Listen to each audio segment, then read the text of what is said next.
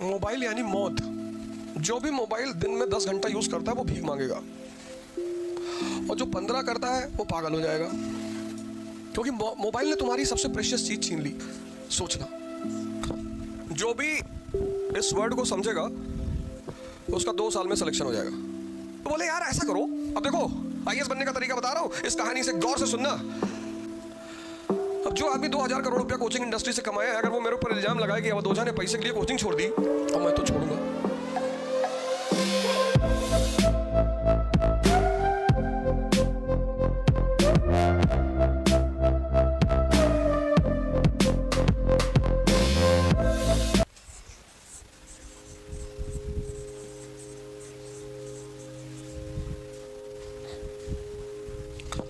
जो भी इस वर्ड को समझेगा उसका 2 साल में सिलेक्शन हो जाएगा। 2 साल लगते हैं इस तैयारी को, लगते ही लगते हैं। मैं उस पर भी चर्चा करूंगा क्यों लगते हैं 2 साल, और हर चीज हर एंगल, फिर तुम्हारे जो क्वेश्चन होंगे वो पूछ लेना। इस तैयारी में 2 साल लगते हैं, और ये तैयारी है, प्रिपरेशन। इस वर्ड को जो समझेगा बस उसी का सिलेक्शन होगा, जो नहीं समझेगा वो कयामत तक तैयारी करेगा। कुछ चीजें हैं जिन्हें समझना है, अगर तुम वो समझ गए, डॉक्टर अंबेडकर एक बात समझ गए कि ये जो अपर कास्ट है इंडिया में, इसकी ताकत क्या है? एजुकेशन। समझ गए, वो नाहक में महान नहीं बने। तुम लाइव देखो, मैं तुम्हें लाइव एग्जांपल दे रहा हूं। वो एक बात समझ गए कि यार जो पढ़ेगा नहीं वो मजदूर, जो नहीं पढ़ेगा तो वो मजदूर बनेगा। क्यों बनेगा? क्योंकि पढ़ाई तुम्हारे सोचने की क्षमता को बढ़ाती है। बस पढ़ाई करके कोई राजा नहीं बनता। यह भी एक बहुत बड़ा फैक्ट है कि राजा बनने के लिए पढ़ने की जरूरत नहीं है। शराब की फैक्ट्री भी है तो भी राजा बनोगे। तो राजा बनने के लिए जरूरत किसकी है? समझ की।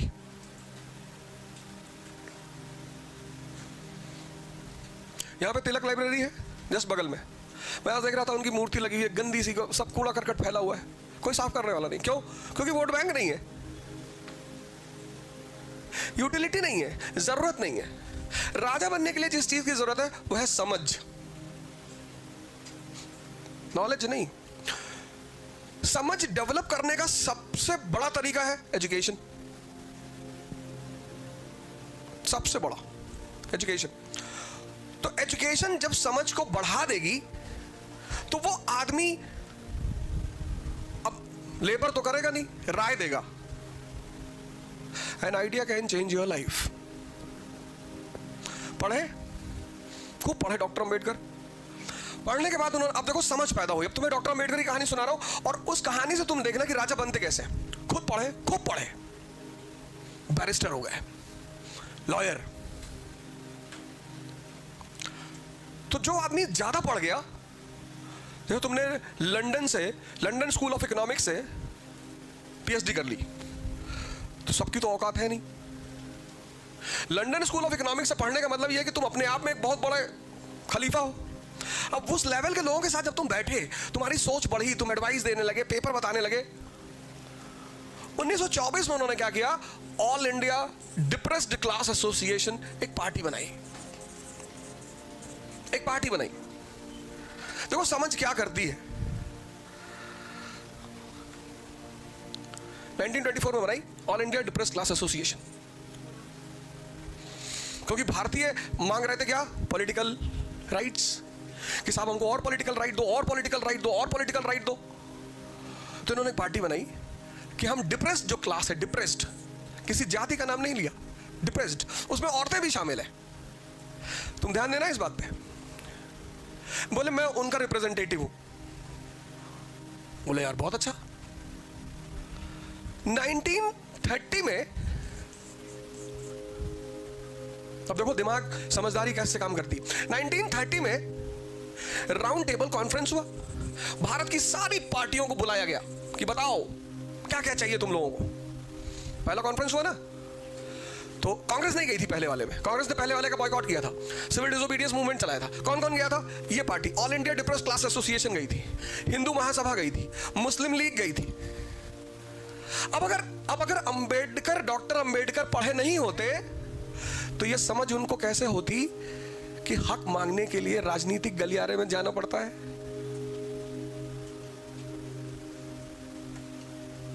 देखो समझ का खेल है ये। उन्होंने गन नहीं उठाया कि मार डालो सबको, ना ना, ये देखो समझ का खेल। ब्रिटानी सरकार के सामने बैठे, बोले आप क्या मांगे? तो बोले यार ऐसा करो, अब देखो आईएएस बनने का तरीका बता रहा हूं, इस कहानी से गौर से सुनना। अब मांगना क्या है? तुम रिप्रेजेंटेटिव बन के गए, अब 545 लोग मेंबर ऑफ पार्लियामेंट है, लोकसभा, सारा कानून वही बनाती है, और 545 में से 400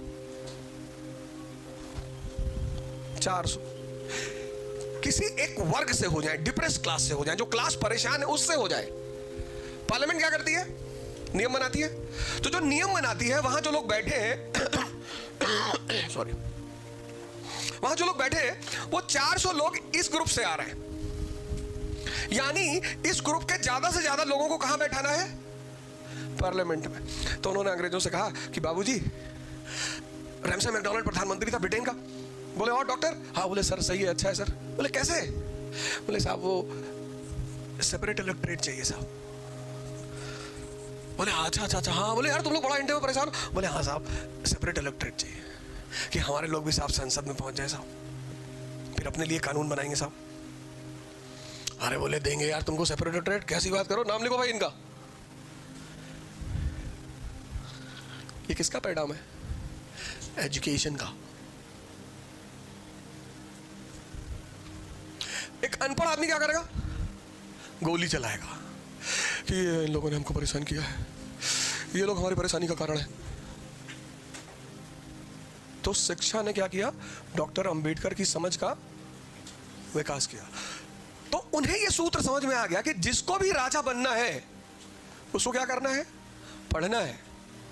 ऐसे जिसको भी आईएएस बनना है उसको किस चीज का विकास करना है? समझदारी का। लेकिन समझदारी का विकास कैसे करोगे? पढ़ के। ये देखो पहला वर्ड क्या है? ये देखो प्रिपरेशन। यहां देखो पुणे में, दिल्ली से पढ़ के आए लोग, अब बहुत परेशान है। अब क्या कहें पापा मम्मी से? अभी एक साहब आए थे, वो 2 साल दिल्ली में रहे और 2 कोचिंग होगी, 2 कोचिंग दिल्ली में की, और माहौल ढूंढने गए थे। अभी हमने उनसे पूछा कि तुम दिल्ली क्या करने गए थे? बोले सर यहाँ एटमॉस्फेयर नहीं है। क्यों, यहाँ क्या है? बहुत लोग हिमालय भाग गए बुद्ध बनने के चक्कर में, सब बुद्ध बन गए, बहुत सारे डाकू भी बन गए। दिल्ली में ज्यादा कोचिंगें हैं, यह बात सही है। दिल्ली में प्रेशर ज्यादा है, यह बात सही है। ये सब बातें मैं मानता हूं। दिल्ली में क्या क्या है वो मैं तुम्हें बता देता हूं। वहां की स्पीड बहुत ज्यादा है जिंदगी की। जैसे यहां लड़का यवले पे 2 घंटा चाय पी लेगा, आराम से लाइफ चल रही है। हिंदू है तो 4 घंटा पी लेगा, क्योंकि हिंदू पुनर्जन्म को मानता है। तो वो सोचता है कि साला इस जन्म में नहीं होगा तो अगले में मार देंगे, और भगवान से प्रार्थना करा कि भगवान थोड़ा कोटे वाले में पैदा कराओ, अब की बार कहाँ पैदा करा दिया यार। हिंदू को टेंशन नहीं है, मुसलमान को ज्यादा है कि अगर इस जन्म में नहीं हुआ तो कयामत तक बैठ के अपने दोस्त, उनके बेटे, उनके परपोते को आईएएस बनते हुए देख रहे हैं। किसी भी चीज के जब तुम कोर को पकड़ते हो, कोर को, अगर तुम पढ़े नहीं होते तो यहां क्यों आते? जितने लोग इस क्लास में बैठे हैं, एटलीस्ट सब के सब ग्रेजुएशन तो कर ही लिया ना, कॉलेज में आ गए, तो तुम्हारी समझ डेवलप हुई कि नहीं हुई? अब तुम में से 95% साइंस बैकग्राउंड से हो गए। तुमको कोचिंग क्यों आनी पड़ती है? क्योंकि तुमसे में से 90% साइंस बैकग्राउंड से हो। तुमको क्लास 10th में कहा गया था कि हिस्ट्री पढ़ के किसी को नौकरी नहीं मिलती, और दोबारा जीवन में हिस्ट्री पढ़ना ही नहीं है। तुम बड़े खुश थे। तुमने 11th में पीसीएम लिया, फिजिक्स केमिस्ट्री मैथ, फिर तुमने आईआईटी की कोचिंग कोई ज्वाइन कर ली 11th में ही, कि 11th का सिलेबस भी खत्म कर लेंगे और साथ में आईआईटी का सिलेबस भी खत्म कर लेंगे। तो 11 12 तुम आईआईटी की इंजीनियरिंग की तैयारी की है, 10+2 क्वालिफाई किए, फिर क्वालिफाई करते हुए अगर नहीं हुआ तो फिर 1 साल कोटा चले गए, फिर वहां इंजीनियरिंग की तैयारी की। फिर पापा ने कहा कोई भी कॉलेज मिल रहा है कम से कम ले लो यार, एक टप्पा तो लग जाएगा कि इंजीनियर हो, निकम्मे तो नहीं हो। बोले इंजीनियरिंग कर ली। अब इंडिया में इंजीनियरिंग करने से क्या फायदा? कोई फायदा ही नहीं, क्योंकि आदमी यहां इंजीनियरिंग करने के बाद एमबीए करता है।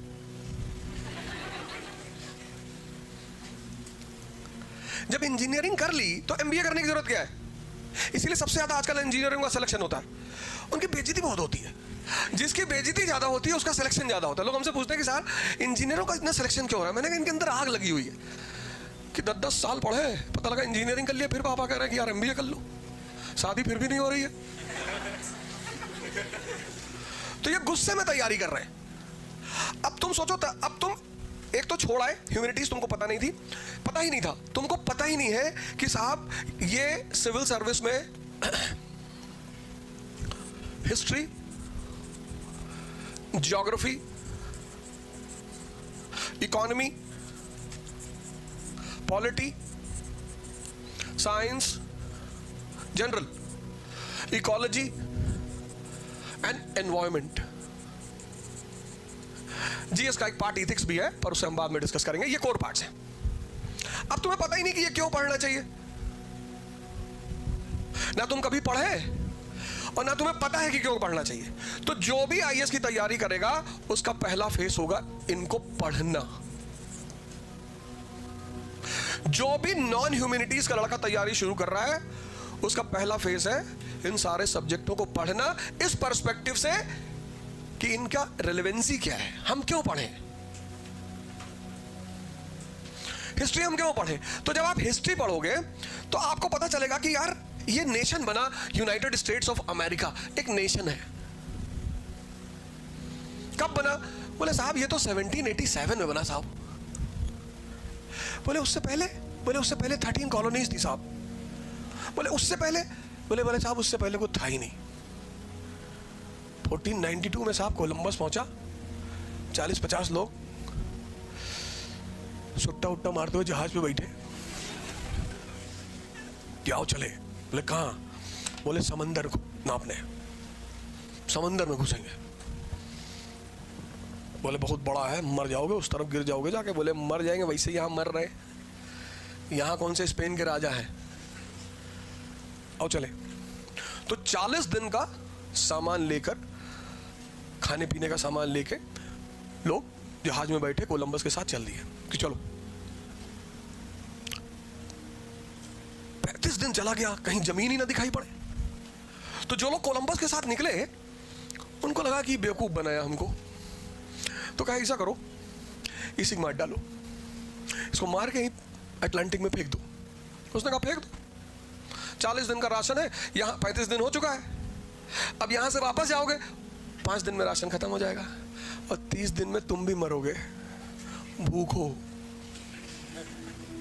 इसीलिए कैलकुलेट करके चलना चाहिए। अगर 60 दिन का राशन ले आता तो मार दिए होते सब कोलंबस को। 40 दिन का लेके गया कि अगर मैं मरा तो ये सब मरेंगे। बोला 5 दिन और बाकी है, जहां इतना इंतजार किए वहां 5 दिन और चौथे दिन जमीन दिखाई पड़ गई। कोलंबस बड़ा खुश हुआ कि भारत आ गए, भारत आ गए, क्योंकि ये तो खोज रहे थे इंडिया, ये सब इंडिया का रास्ता खोज रहे थे। अंदर पहुंचे, देखिए लोग नंगे घूम रहे। बोले यार ये क्या हो गया यार, यहाँ के लोगों को ऐसा तो था नहीं भाई साहब कि लोग नंगे घूमते थे लोग। तो बोले यार कहीं गलत जगह आ गए क्या। वहां पहुंचे तो इन लोगों को ऐसी चीजें मिली, बड़ी नई नई चीजें मिली। वहां से लेकर आए सब चीजें, वापस लेकर आए, यूरोप लेकर आए, स्पेन पोर्चुगल लेकर आए। वो उन चीजों को लेकर जब ये भारत आए तो बड़ी मार्केट मिली, बड़ी बिक्री हुई इन चीजों की, बड़ी डिमांड हुई। तो जहां की चीज, मोबाइल अंदर रख लो यार, कोई फायदा नहीं है। मोबाइल यानी मौत। जो भी मोबाइल दिन में 10 घंटा यूज करता है वो भीख मांगेगा, और जो 15 करता है वो पागल हो जाएगा, क्योंकि मोबाइल ने तुम्हारी सबसे प्रेशियस चीज छीन ली। सोचना, तुम्हारे रिश्ते छीन लिए। पहले जब हम अकेले होते थे तो अपने दोस्तों के साथ बैठते थे, अब हम अकेले होते ही नहीं।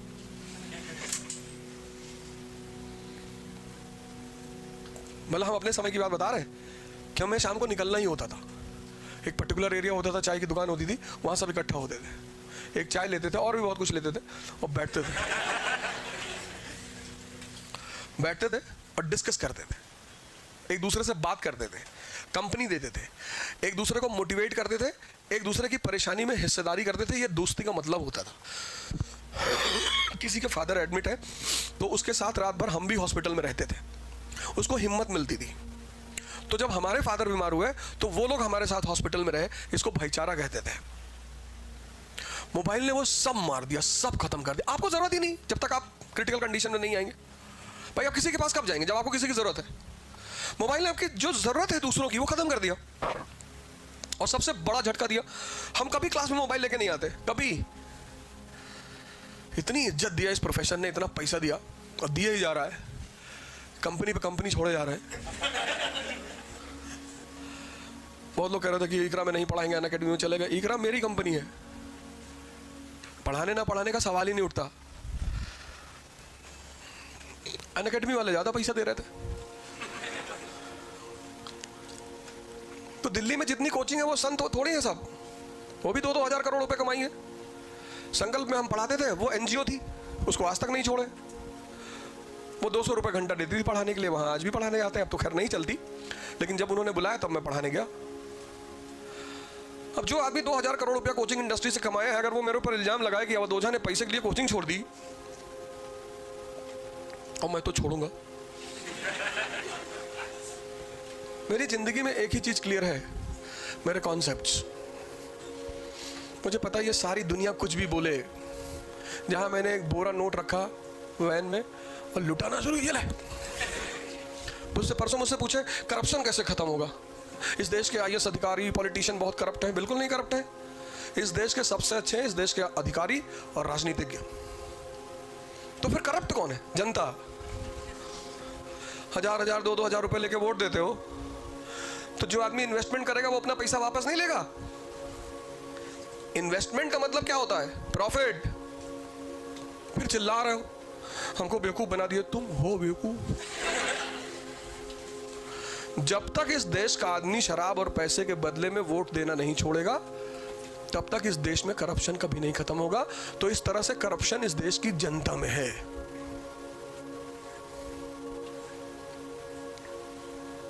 ना तो ब्यूरोक्रेसी में है और ना राजनीति में है। आप एक बार एक ऐसा आदमी चुन के देखो जिसने आपको 1 रुपया ना दिया हो, और फिर वो करप्शन करे तो बताओ हमें। क्योंकि जो सेवा भाव से आ रहा है वो क्यों आपको पैसे देगा? जैसे हमसे कोई कहते हैं कि इलेक्शन लड़ जाओ, पहले तुम लड़ेंगे नहीं, लेकिन अगर लड़ जाए तो हारना तो पक्का है। एक चीज तो गारंटी है कि हार जाएंगे, वोट नहीं मांगेंगे। तुम्हारी गर्ज हो तो दे दो, क्योंकि तुम्हारे लिए काम करने आए। अब तुमको पढ़ाने आए, तुमको रास्ता बताने आए, तुम्हारा ही पैर छुए कि स्टूडेंट नाराज भाड़ में जाओ, भाग जाओ, हटो यहां से। तो तुम्हें 1-2-3 काम करने पड़ेंगे। ये जो नेता तुम्हारे पैर छूते हैं इनको रोकना पड़ेगा कि भैया पैर मत छुओ हमारा। ये इन्वेस्टमेंट करते हैं,